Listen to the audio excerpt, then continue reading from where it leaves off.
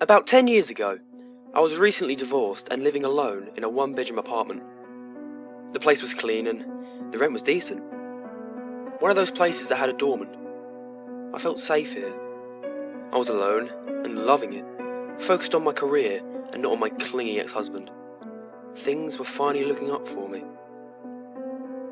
At the time, I was working pretty late at the office and would often stumble into my apartment, sleep-deprived, in the early hours of the morning, and wake up at 6:37ish to start the day. I started noticing that, in the morning, my door would be unlocked sometimes. I usually dismissed this as my sleep-dead brain thinking that the bed looked more appealing than locking the door. Another thing that I noticed since moving in was that I seemed to misplace things more than I used to. Little things like a hairbrush or nail polish, that sort of thing. It wasn't really that big of a deal, just enough to be a slight annoyance in my day. The longer I lived there, the more frequently I seemed to forget to lock the door. At first, it was every once in a while, and now it seemed to be almost a daily occurrence. More things went missing. Things like pictures, shaving razors, and most disturbingly, my underwear. This went on for long enough that I started getting a little paranoid. I started to take the time at night to make sure that the door was locked. I got into a habit of every night after I locked the door to turn the handle 3 times and say to myself, "It's locked, it's locked, it's locked." Time after time, I would wake up and the door would be unlocked.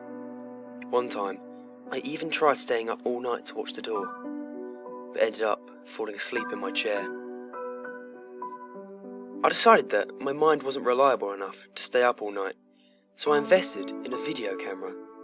I went all out and bought the fanciest camera that I could get my hands on. So, one night, I set up the camera facing the door. I hid the camera under a pile of towels on the floor. I locked the door and went to bed.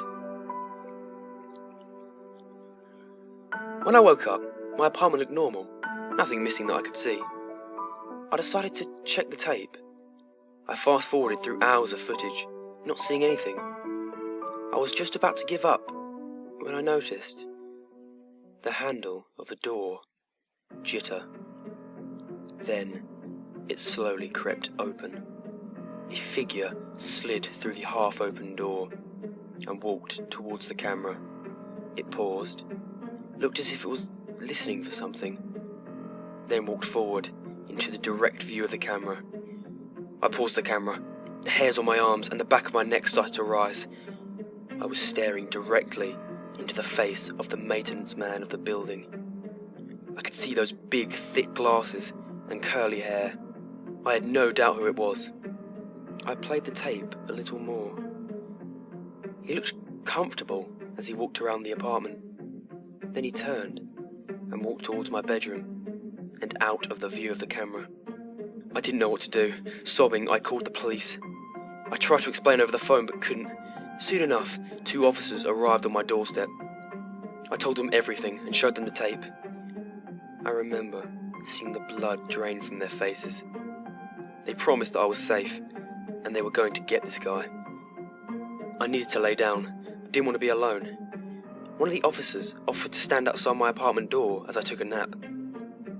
As I was laying in bed, unable to sleep, but too drained to move, something kept nagging at me. I laid there for a few minutes, tossing and turning, unable to get comfortable or rest. My mind was racing. Then a realization slowly washed over me and chilled me to the bone. We watched the tape and saw the man enter my home, but we never saw him leave. I froze, then started shaking. I needed to get to the front door. I sat up and looked around the room. I couldn't see anyone. I swung my legs over the bed cautiously. My feet hit the cold wood floor, and I felt warm breath on my ankles. I raced out of my apartment as fast as I could and into the safety of the police officer. He called for backup.